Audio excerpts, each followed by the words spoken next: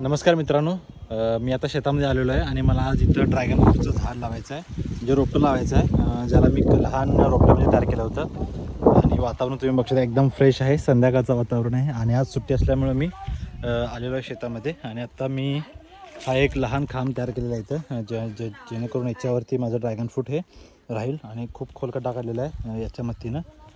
आणि आता इथं मी लहान परत एक खड्डा काढून त्याच्यामध्ये रोपटं लावणार आहे. तर मेरे प्यारे देशवासियो, हे माझ्याकडं आहे एक मोठा प्लांट आणि हे माझ्या छोटंसं हातात आहे ते. हे अजून एक, हे जे लहान बघू शकता, हे एक आहे बेबी प्लांट. हे दोन्ही पण ड्रॅगन फ्रूटचे आहेत.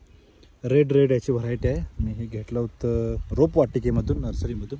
आणि बघू शकता किती छान आहे हे. जेवढा जास्त चांगला मोठा खड्डा असेल, छान खोलवर मुळं सोडतं, मग त्याची चांगली ग्रोथ होते.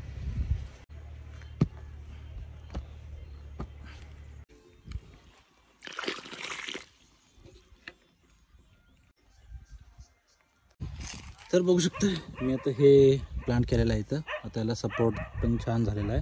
आणि आता ह्या बेबी प्लांटला तिकडं साईडला लावायचं आहे.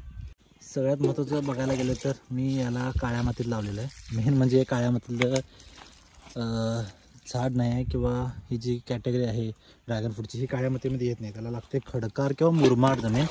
पण मी असंच ट्राय करत आहे.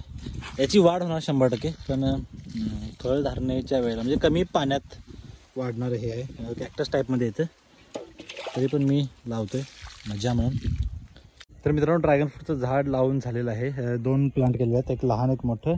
तर व्हिडिओ आवडला असेल लाईक जरूर करा, चॅनल नवीन असला तर सबस्क्राईब करा आणि मला इंस्टाग्रामला फॉलो करायला विसरू नका. भेटूया पुढच्या व्हिडिओत.